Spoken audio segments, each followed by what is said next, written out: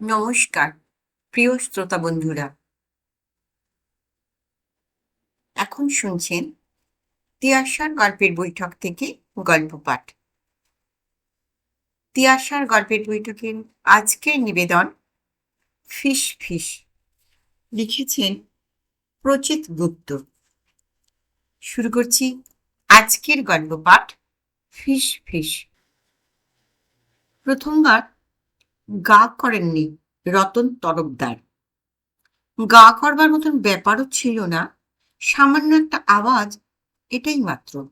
অস্পষ্ট জোরানো ভাষা ভাষা, কানের পাশে কেউ ফিস ফিস করলে যেমনটা হয় সেরকম। আওয়াজের আয়ু ছিল মাত্র কয়েক মুহূর্ত, এসেই মিলিয়ে গেল, রাস্তার তুমুল হট্টগোলে মিশে গেল। রতনবাবু বুঝতেই পারলেন না কি ঘটল। রতনবাবু ছিলেন বাস স্টপে, অফিস যাবেন। পরপর দুটো বাস ছেড়ে দিয়েছেন। বাস দুটোই খুব যে ভিড় ছিল এমনটি নয়, চাইলে হয়তো ঠেলে ঠেলে উঠে পড়া যেত। রতনবাবু ওঠেননি। আজকাল ঠেলাঠেলি আর ভালো লাগে না। আজ ট্রামে যাবেন, ফাঁকা দেখে কোনো ট্রামে। ট্রাম অবশ্য পুরোটা পথ যাবে না, বাকিটুকু গলিগালা দিয়ে হেঁটে নিতে হবে। এতে অল্প দেরি হবে, তা হোক। অফিসে তার ছাড় আছে। ডিপার্টমেন্টের হেড তাকে পছন্দ করেন। বলেন, কোনো কোনো দিন রতনবাবু 2-10 মিনিট যদি দেরি হয় তাহলেও অসুবিধা নেই, ঢুকলেই চলবে। এতদিন মন দিয়ে কাজ করেছেন, তার তো একটা দাম আছে। কথাটা মিথ্যে নয়। অফিসে রতনবাবুর বিরুদ্ধে কোনো কমপ্লেইন নেই। 33 বছরের কর্মজীবনে ফাঁকি যেমন দেননি কখনো, অফিসের সাথে পাছেও থাকেন না। নিচের দিকের পোস্টে কাজ করেন। চুরি চামারির বড় একটা সুযোগ সুবিধা নেই, তবে ছোট সুযোগ যে নেই তা না। ফাইল নাড়াচাড়াতে ইচ্ছা করলে তিনি 2-4 পয়সা এদিক ওদিক নিতে পারেন। অনেকেই নেয়ও, কিন্তু রতনবাবু নেন না। সেই কারণেই বস পোস্টের নিয়ম না মেনে মাঝে মধ্যেই তার কাছে বিশেষ জরুরি ফাইল পাঠান। বিশ্বাস করেই পাঠান। রতন তরফদার সই করলে সেই ফাইল ছাড়া হয়। এই দায়িত্ব অবশ্যই সম্মানের। আরো আছে, অফিসে কেউ বলতে পারবে না রতন তরফদার এ টেবিলের কথা ও টেবিলে, ও টেবিলের কথা সে টেবিলে বলেছে, বা অন্য টেবিলের কথা বসের চেম্বারে চালাচালি করেছে। ডেসপ্যাচের সন্তোষ টেবিলে এসে অ্যাকাউন্টসের প্রভাস দত্তের নামে গুজুর গুজুর করে দু কথা বলে গেলেও তিনি হাসেন। আবার প্রভাস দত্ত যখন সন্তোষের নামে ফুসুর ফুসুর করতে এসেছে তখনও হেসেছেন, ওই একই হাসি। রতনবাবুর বিশ্বাস অফিসে তাঁর শত্রু নেই। দূর থেকে ট্রাম আসতে দেখে রতনবাবু কয়েক পা এগিয়ে যান। ফার্স্ট ক্লাসে ভিড় দেখলে সেকেন্ড ক্লাসে উঠবেন। ট্রামের সেকেন্ড ক্লাসে চড়া নিয়ে বাড়তি রাগারাগি আছে। সন্তু শিয়ালদা না বড়বাজারে কবে যেন বাবাকে ট্রামের সেকেন্ড ক্লাসে দেখেছে। নিজে ছিল মিনি বাসে। জানলার পাশের সিটে বসে রতনবাবু ঢুলছিলেন। ট্রাম ঘুম, পাশে লম্বা ছাতা, কোলের পর হাতওয়ালা পুরনো আমলের অফিস ব্যাগ। জানালা দিয়ে বাবা বলে ডাকতে গিয়েও থমকে গিয়েছিল সন্তু। গলা বাড়িয়ে বাবা বলে ডাকা মানেই বাসের 5 জন তাকাবে, আর 5 জনটা খুব একটা বড় কথা নয়। বড় কথা হলো সেই সময় পাশে ছিল শালিনী। সপ্তাহে 2-3 দিন একসঙ্গে ঘোরাঘুরি করলেও সন্তুর ব্যাপারে শালমির এখনো নানা আপত্তি ও বিরক্তিকর জিনিস আছে। সন্তু এখনো নিশ্চিন্ত নয় শালমি আদৌ তাকে বিয়ে করবে কিনা। শালমির সঙ্গে ঘোরাফেরা কথাবার্তাকে সে পরীক্ষার বিভিন্ন পর্যায় বলে মনে করে। কোনোটায় পাস, কোনোটায় ফেল করতে করতে চলেছে। সর্বদাই টেনশনে থাকে। এই পরিস্থিতিতে শালমি ট্রামে বসে ঝুলতে দেখলে কি ভয়ঙ্কর পরিস্থিতির সৃষ্টি হবে সেটা সন্তু বুঝতেই পারছে। বাড়ি ফিরে সন্তু তার মায়ের উপর রাগারাগি করল। সুলতা বললেন, আমাকে বলছিস কেন? সন্তু বলল, তাহলে কাকে বলবো? বাবাকে বল। সন্তু বিরক্তি নিয়ে বলল, মা, তুমি ভালো করেই জানো বাবা আমার কথা বুঝতে পারে না, আর আমিও বাবার কথা বুঝতে পারি না। জেনারেশন গ্যাপ নয়, টাইম গ্যাপ। তোমার গুড বয় স্বামী এই সময়ের জন্য একেবারেই ফিট নন, 50 বছর পিছিয়ে আছে, আরো বেশিও হতে পারে। সুতরাং যা বলার তুমিই বলবে। সুলতা রাগ দেখিয়ে বলেছিলেন, পারবো না। পারবো না বললেও সুলতাই বলেছিলেন। স্বামী শাসনের দায়িত্ব পালন করতে তার খারাপ লাগে, বিশেষ করে স্বামী যখন বোকা ধরনের মানুষ। পরদিন অফিস বেরোনোর মুখে টিফিন বাক্স এগিয়ে দিয়ে বললেন, ট্রামের ফার্স্ট ক্লাসে উঠবে। রতনবাবু অবাক হয়ে বললেন, কেন? সুলতা গলায় ঝাঁঝ নিয়ে বলেছিলেন, একটা প্রেস্টিজ আছে, লোকে দেখলে কি ভাববে? ভাববে? ভাববে? সুলতা চুপ করে যান। রতনবাবু বললেন, কি ভাববে বলো? চুপ করে গেলে কেন? সুলতা রাগী গলায় বলল, জানি না, লোকে কি ভাববে জানি না, তবে তোমার ছেলে ভেবেছে। সন্তু সেদিন দেখেছে তুমি ট্রামের সেকেন্ড ক্লাসে ঘুমোতে ঘুমোতে যাচ্ছ। সঙ্গে নিশ্চয়ই তার বন্ধু টন্ধু কেউ ছিল। বেচারিও লজ্জায় পড়ে গেছে। রতনবাবু চোখ কপালে তুলে বললেন, বাবাকে ঘুমোতে দেখলে ছেলের লজ্জার কি আছে? আর আমি তো ঠিক ঘুমোইনি, দুটো পাতা চোখের এক পড়ছে না। সত্যি কথা বলতে সেকেন্ড ক্লাসে ওঠাই তার জন্য। সামনের কামরায় এত ভিড় ছিল, সেখানে ঘুম তো দূরের কথা, পুরো পথটাই দাঁড়িয়ে যেতে হতো। সুলতা অর্ডারের ভঙ্গিতে বললেন, এবার থেকে তাই যাবে, ছেলের প্রেস্টিজের কথা ভেবে দাঁড়িয়েই যাবে। রতনবাবু চুপ করে যান। স্ত্রীর কথা তিনি হতবাক। সন্তানের জন্য পিতাকে অনেক কিছু করতে হয়, কিন্তু ট্রামে দাঁড়িয়ে যেতে হবে এমনটা শোনেননি। তবে এরপর থেকে ট্রামের ওঠার সময় সতর্ক থাকেন, আশেপাশে তাকিয়ে নেন, চেনা জানা কেউ নেই তো। সেদিনও দেখেছিলেন, আর তখনই আওয়াজটা শুনতে পেলেন। মানুষের হট্টগোল, গাড়ি বাসের হর্ন, ট্রামের ঢং ঢং সব এক নিমিষের জন্য চুপ করে গেল। সব থমকে গেল। শুধু কানে ভেসে এলো অস্পষ্ট জড়ানো আওয়াজ। রতনবাবু গা করলেন না। ট্রামে উঠে খালি সিট খুঁজতে খুঁজতে ঘটনাটা আবার ভুলে গেলেন। ঘটনাটা মনে পড়ল 3 দিন পর। শুধু মনেই পড়ল না, রতন তরফদার বুঝতে পারলেন এই আওয়াজ শুধুমাত্র অস্পষ্ট জড়ানো আওয়াজে নয়, মানুষ কথা বলছে। রাত 10টার কাছাকাছি তখন সন্তু বাড়িও ফেরেনি। তার বাড়ি ফিরতে রাত হয়। সাপ্লাই লাইনের বিজনেসে অনেক হ্যাপা। সুলতা ঘরে টিভি দেখছেন। বিকেল থেকেই রতনবাবুর মাথাটা একটু হালকা টিপ টিপ করছিল, একটা ব্যথা ব্যথা ভাব, কিন্তু ব্যথাটা কোন জায়গায় বুঝতে পারছিলেন না। সুলতাকে বলেননি, বললে হয়তো তেড়ে ফুঁড়ে উঠবে। টিভি দেখার সময় বিরক্ত করলে দাঁত কড়মড় করে বলেন, সারাটা দিন কি শুধু সংসার আর তোমাদের পা ব্যথা মাথা ব্যথা এই নিয়েই থাকতে হবে? বুড়ো বয়সেও কি দুদণ্ড ছুটি নেই বলি? কদিন ধরেই সুলতার মেজাজ খারাপ। টিভি সেটটা গোলমাল করছে, বিধি খিচ্ছিরি গোলমাল। সিরিয়ালের চরিত্ররা রাগারাগি কান্নাকাটি করলে সেও তার সঙ্গে সঙ্গে লাফাচ্ছে, ছবি কেঁপে কেঁপে যাচ্ছে। অফিস ফেরত টিভির মেকানিককে খবর দিতে গিয়েছিলেন রতনবাবু। মুকুন্দ এর আগেও বহুবার টিভিটা সারিয়ে দিয়ে গেছে। এবার গম্ভীর হয়ে ঘাড় নাড়ল, বলল, আর হবে না মেসোমশাই, পুরোনো মাল এবার ফেলে দিন, ও হাঁপাচ্ছে। ও জিনিস ফেলে একটা নতুন কিনুন। আজকাল ভালো ভালো সব টিভি সেট বেরিয়েছে, বাজারে অনেক ভালো ভালো জিনিস এসে গেছে, একটা তার নিয়ে নিন। রতনবাবু খানিকটা অনুরোধের ঠঙে বললেন, এবারটা একটু দেখে দাও না মুকুন্দ, পরে না হয় একটা নতুন কিছু নেওয়া যাবে। মুকুন্দ কঠিনভাবে মাথা নাড়ল, বলল, অসম্ভব, 2 বছর ধরে বলছি আপনাকে, ও জিনিস আর চলবে না। আমি পারবো না মেসোমশাই, অন্য কাউকে তাহলে ডেকে সারিয়ে নিন। রতনবাবু বাড়ি এসে মুকুন্দর কথা গোপন করলেন, কিন্তু মুকুন্দ করল না। পরদিন সুলতার সঙ্গে রাস্তায় দেখা হতে তাকেও নতুন টিভির জন্য উস্কে দিল। বাড়ি ফিরে সুলতা ঘোষণা করলেন তার একটা নতুন টিভি চাই।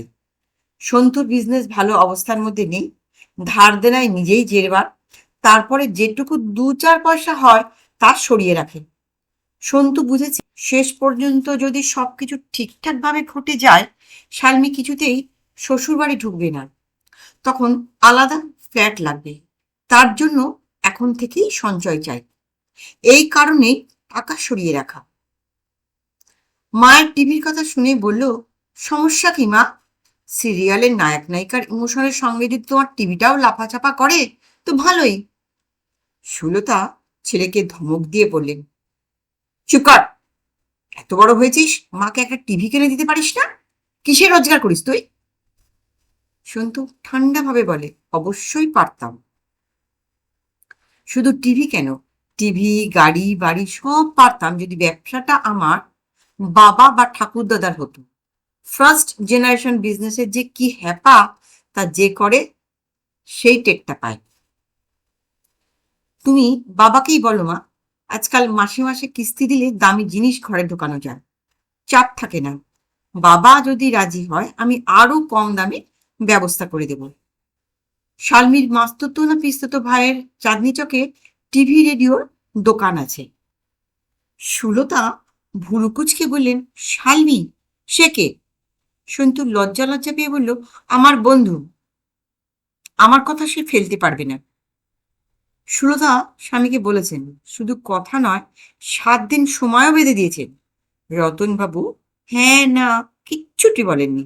বলবেন কি করে? হুট করে টাকা খরচ করবার মতো তার উপায় নেই তো। এই অবস্থায় মাথা ব্যথার কথা বলতে গেলে ধমক অবশ্যম্ভাবী। রতনবাবু দক্ষিণের দরজা খুলে চিলতে বারান্দায় এসে দাঁড়ালেন।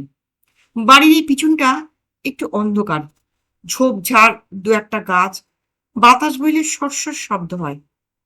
আর তখনই হলো। রতনবাবু প্রথমেই ভেবেছিলেন বাতাসের শব্দ, পরক্ষণেই বুঝলেন না, বাতাস নয় তো, মানুষের কথা। একটা মানুষের কথা না, একটা মানুষের কথা নয়, 2টো মানুষের কথা। চাপা গলায় কথা বলছে, ফিস ফিস করলে যেমন হয়। চমকে উঠলেন রতনবাবু। কথা? কারা কথা বলছে? কোথায় কথা বলছে?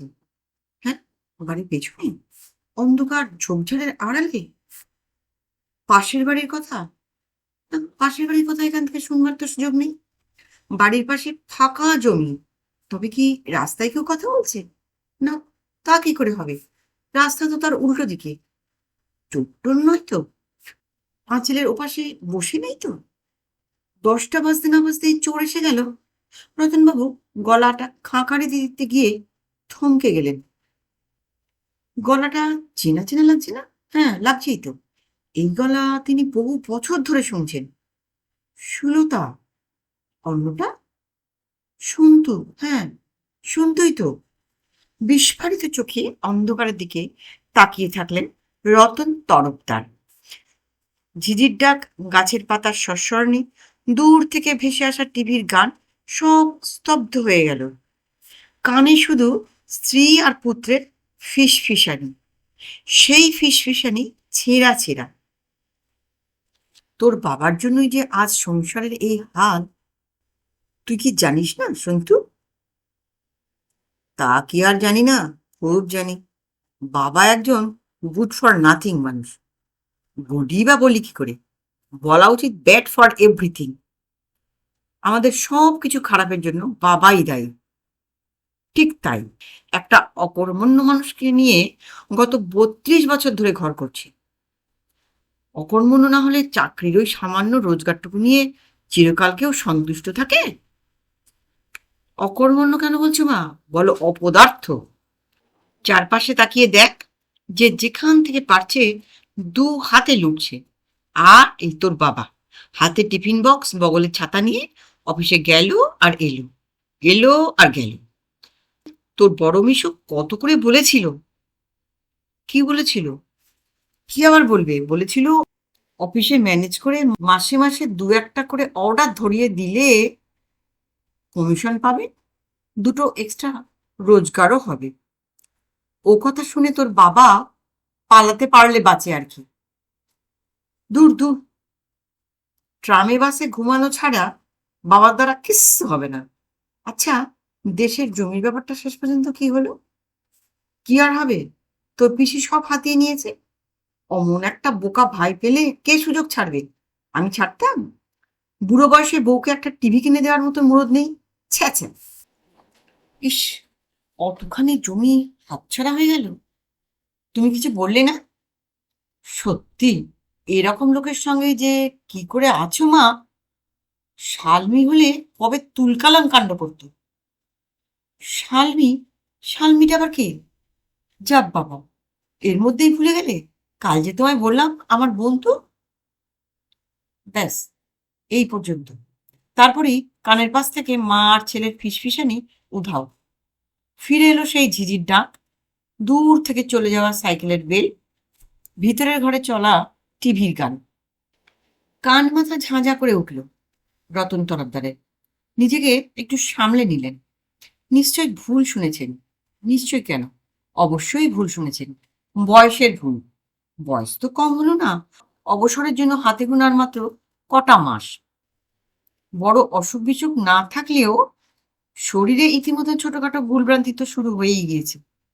এই তো সেদিন সকালে সুলতা বাজারের থলি হাতে নিয়ে সামনে দাঁড়িয়েছিল ঠাঁই খেয়ালই হয়নি। শেষ পর্যন্ত সুলতাই ঝাঁঝিয়ে উঠল, কি গো, অন্ধ হয়ে গেলে নাকি? দেখতে পাচ্ছ না? রতনবাবু চমকে বললেন, ওহো, হ্যাঁ, দেখতে পাইনি তো তোমাকে। নিজের বউকেও দেখতে পাওনি? এরপর তো আয়নার সামনে দাঁড়ালে নিজেকেও দেখতে পাবে না। হাহ, এ তো ভুলই, দেখতে না পাওয়ার ভুল।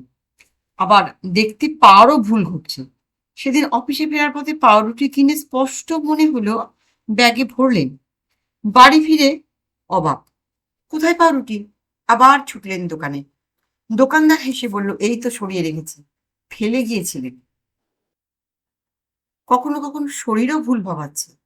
হাঁটু ব্যথা, পেটে কনকন, বুক জ্বালা। মর্নিং ওয়াকে সেদিন বিমলকে ব্যথা বেদনার কথা বলতে বলতে সে হাত নেড়ে উড়িয়ে দিল। বলল, ধুর ধুর, ওসব কিচ্ছু না। বয়স বাড়লে শরীর নিয়ে অনেকে ভুল ভাল চিন্তা ভাবনা করে। ইগনোর করুন মশাই, ওসব ইগনোর করুন।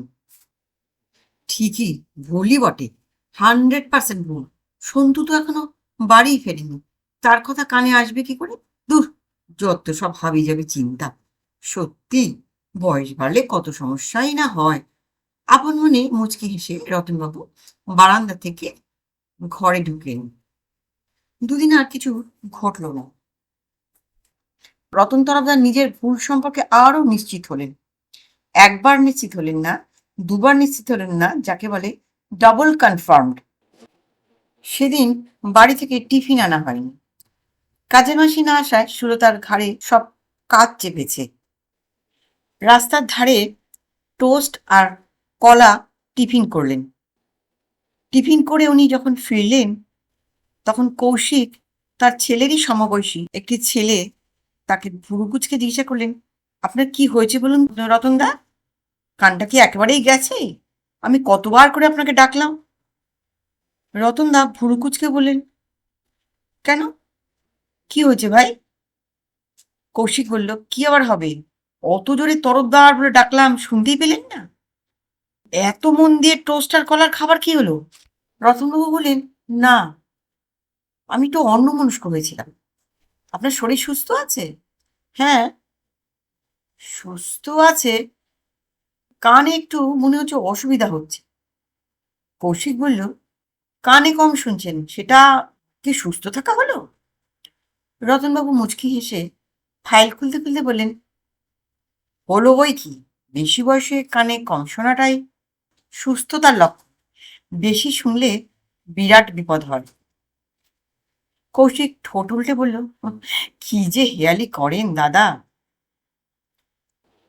রতনবাবু আরো নিশ্চিন্ত হলেন পরদিন রাতে বড়শালীর বাড়ি থেকে ফিরবার সময়।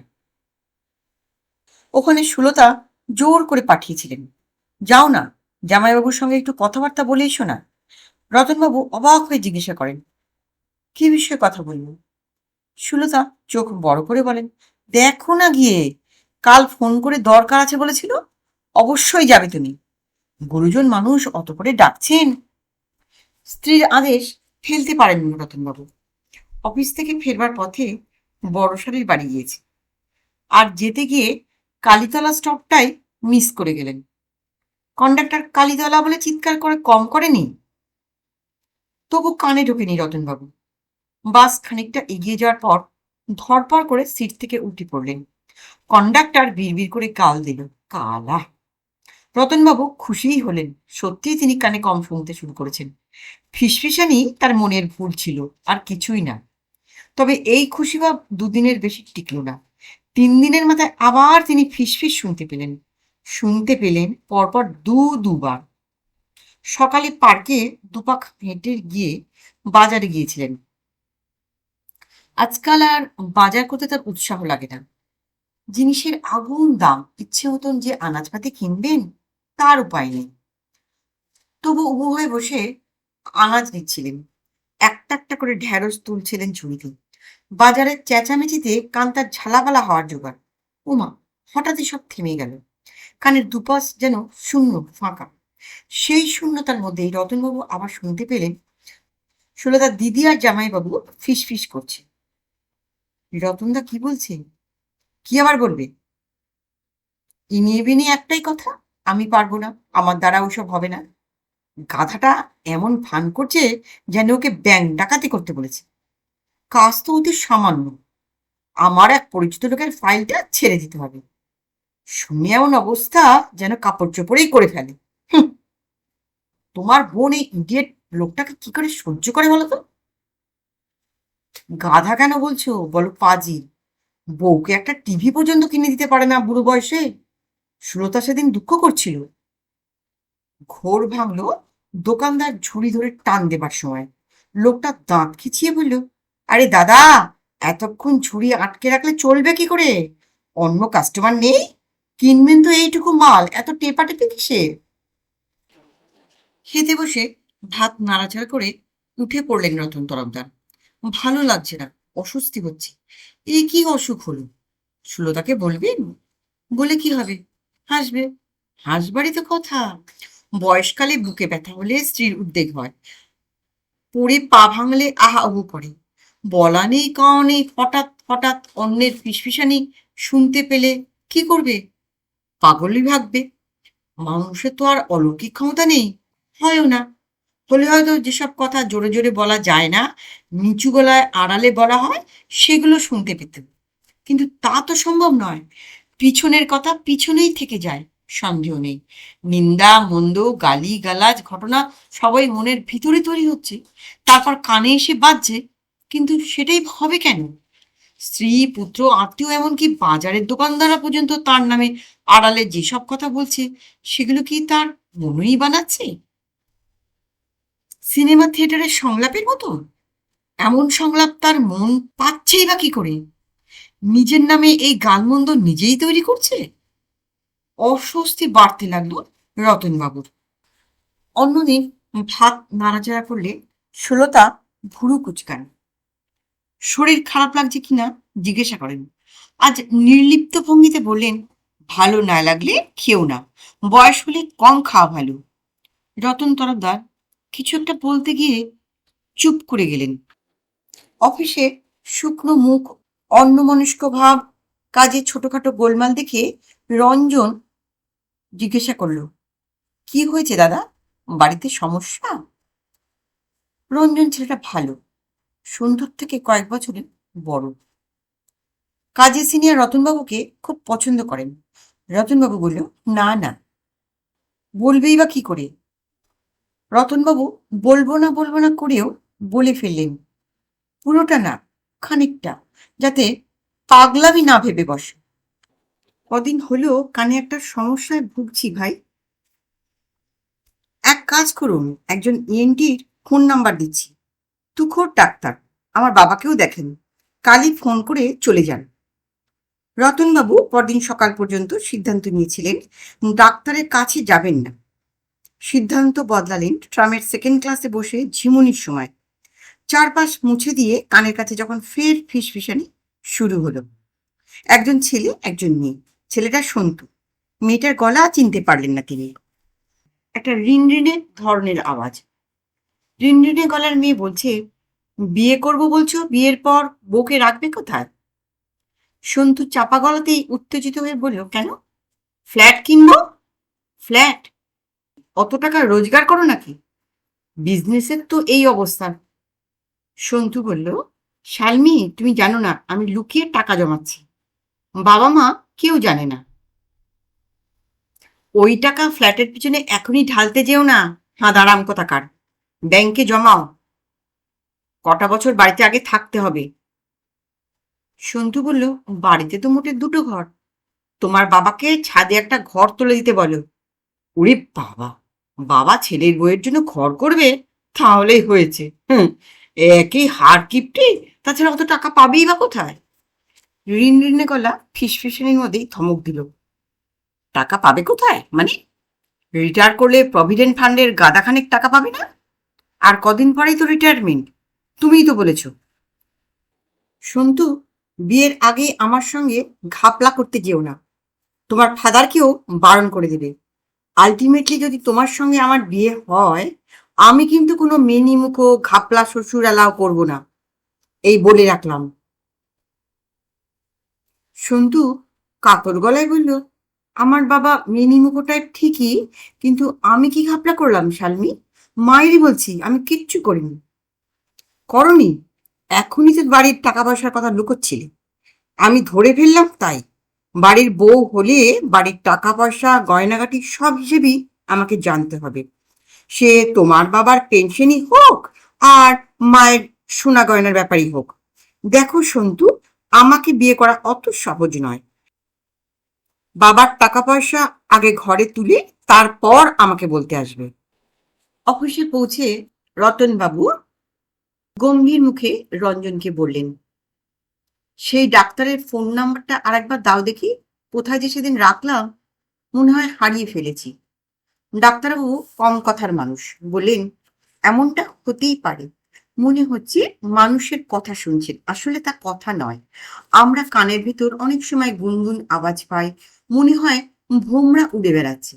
সত্যি কি কানের ভেতর ভোমরা উড়ে বেড়ায়? এটাও তাই, অডিও হ্যালুসিনেশন। একটা ড্রপ দিচ্ছি, নিয়ম করে দেবেন। দুটো পরীক্ষা দিচ্ছি, করিয়ে নেবেন, তবে তাড়াহুড়োর কিছু নেই। ডাক্তারবাবুর কনফিডেন্স দেখে শান্তি পেলেন রতন তরফদার। রাতে শোবার সময় কানে ওষুধ দিলেন। সত্যি এক সপ্তাহ আর কিচ্ছু হলো না, খুব নিশ্চিন্ত লাগলো। ফিসফিসানি অসুখটা মনে হচ্ছে সেরেই গেল। না, সেরে যায়নি।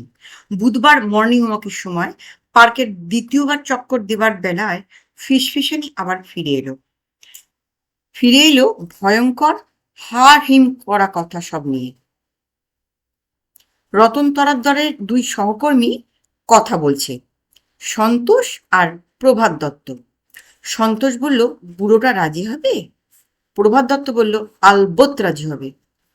অত টাকার কথা বলবো, রাজি হবে না মানে? শালার বাপ রাজি হবে। সন্তোষ একটু চুপ করে থেকে বলল, বেটা যে বেশি সততা দেখায়।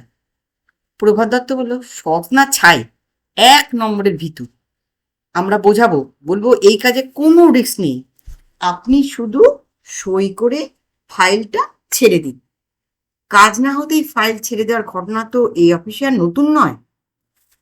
মনে হচ্ছে ভীতুটা গাঁইগুই করবে, জানিস তো। প্রভাতদা, ভীতুরা বেশি লোভী হয়, এত বছর চাকরি করেও উপরি পায়নি। বুড়োর পেটে বিরাট খিদে, আমার কাছে খবর আছে। কি খবর? সন্তোষ যেন মৃদু হাসলো, বলল, আমি এমনি এমনি রতন তরফদারকে টার্গেট করিনি। বাড়িতে টাকা পয়সার চাপ আছে, কদিন পরে রিটায়ার করছে বলে চাপ আরো বেশি। ওর এক জামাইবাবুর সঙ্গে আমার যোগাযোগ হয়েছে, ভীষণ ধরিবাজ লোক। প্রভাত দত্ত বলল, তাই নাকি? সন্তোষ বলল, হ্যাঁ, সত্যি কথা বলতে কি, এই কাজটা ওই ধরিবাজেরই, সামনে অন্য লোক রেখে করাচ্ছে। আমি বললাম, আত্মীয়কে ধরলেন না কেন? জামাইবাবু নাক মুখ সিটিয়ে বলল, ওটা মানুষ নাকি? আপনারা পারলে ম্যানেজ করুন, আমার নাম করবেন না, টাকা আড়াল থেকে আমি দেব। প্রভাত দত্ত বলল, বুড়ো যদি রাজি না হয়? সন্তোষ বলল, কি আর হবে, অন্য পথ ভাববো। শালা কাউকে বলে দেবে না তো? সন্তোষ বলে, খেয়ে পেয়েছো প্রভাতদা? এতদিন কাজ করে এই মানুষ চিনলে না? একটা মিউ মিউ টাইপ লোক, মেরুদণ্ডহীন। ওর মেরুদণ্ড আছে নাকি? মুখ ফুটে কোনোদিনও কোনো কথা বলেছে শুনেছ? কোনো মতামত দিয়েছে? প্রতিবাদ করেছে কোনোদিনও? আমার বিশ্বাস টাকার অ্যামাউন্টটা শুনলেই ঘাবড়ে যাবে, সুরসুর করে ফাইল ছেড়ে দেবে। কবে বলবো? কাল? না, কাল না, বুধবার। বুধবার টিফিনের সময় আমি ডেকে নেব। রতনবাবু বাড়ি ফিরলেন এলোমেলো হেঁটে। মন খারাপ লাগছে, খুবই মন খারাপ লাগছে। মন খারাপ নাকি অভিমান? আড়ালে এত গালমন্দ, বাড়ি থেকে বাইরে কেউ বাদ নেই। কি দোষ করেছেন তিনি? সাধ্যে যেটুকু কুড়িয়েছে সেটুকু নিয়েই মোটামুটি বেঁচে থাকাটা কি তার অন্যায়? একজন সাহসী খারাপ লোকের থেকে একজন ভীতু ভালো মানুষ হওয়াটাকে বিরাট কোনো অপরাধ? আর সেই অপরাধেই সবাই মিলে তাকে গালিগালাজ দিচ্ছে। কই, তিনি তো কখনো কাউকে অপমান করেননি, ঝগড়াও করেননি পারতপক্ষে কারোর সঙ্গে। ঝামেলা দেখলেই সরে গেছেন সেখান থেকে, সে অফিসেই হোক আর সংসারে, সব জায়গাতেই। সুলতা কিভাবে জীবন কাটাবে তাতে যেমন তিনি নাক গলাননি, প্রভাত দত্ত সন্তোষ রাত চুরি করলেও ফিরেও তাকাননি। যে মেয়ের এখনো এ বাড়িতে বিয়েই হয়নি সে পর্যন্ত মন্দ কথা বলতে ছাড়ছে না। বাড়ির কাছাকাছি এসে রতন তরফদারের মন খারাপের সঙ্গেও রাগও হতে লাগলো। মনে হলো অন্যকে আর দোষ দিয়ে কি হবে, দায় তিনি নিজে। দায় তার ফিসফিসানি শুনতে পাওয়ার উদ্ভট অসুখ। অসুখ হয়েছে বলেই নিজের সম্পর্কে শুনতে পাচ্ছে। গাধা, ভীতু, মেরুদণ্ডহীন। আড়ালের কথা না শুনতে পেলে এই অপমান হতো না। তবে আজও জানা হলো না কথাগুলো ওরা বলছে নাকি মনের বানানো। কিভাবে জানা যাবে? কাউকে জিজ্ঞাসা করবেন? কাকে? সুলতা, সন্তু, নাকি অফিসের সন্তোষকে? নিজেকে আরো ছোট হতে হবে। থাক, যা হচ্ছে হোক। ক্লান্ত বিষণ্ণ রতনবাবু ঠিক করলেন আজ কোথাও যাবেন না, কারোর সঙ্গে কথা বলবেন না, দরজা বন্ধ করে ঘরে শুয়ে থাকবেন। এই সকালেই মাথা তার টিপ টিপ করে ব্যথা শুরু হয়ে গেছে। ঘরে থাকা আর হলো না রতনবাবুর। 9টা বাজতেই বিছানা থেকে তড়াক করে লাফ দিয়ে উঠলেন। দরজা খুলে ছুটলেন বাথরুমের দিকে। চিৎকার করে বললেন, সুলতা, ভাত দাও, অফিসে লেট হয়ে যাবে। অফিস ঢুকতে 10 মিনিট লেটই হয়ে গেল। কোনো রকমে অ্যাটেন্ডেন্সটা দিয়ে নিজের টেবিলে একবার ঘুরে সোজা চলে গেলেন বসের চেম্বারে। আরে রতনবাবু যে, এই সকালে আপনি? রতনবাবু হাত কচলানো ধরনের হেসে বললেন, কিছু মনে করবেন না স্যার, একটু বিরক্ত করতে এলাম। বস একগাল হেসে বললেন, বিরক্ত কিসের, বসুন বসুন। বসবো না, একটা কথা ছিল। বস বললেন, কি কথা বলুন। আচ্ছা রতনবাবু, আপনার নাকি কি একটা অডিও প্রবলেম হয়েছে? কানের একটা গোলমাল কিরম একটা শুনছিলাম, রঞ্জন বলছিল। রতনবাবু গদগদ গলায় বললেন, ও কিছু নয়, ঠিক হয়ে যাবে মনে হয়।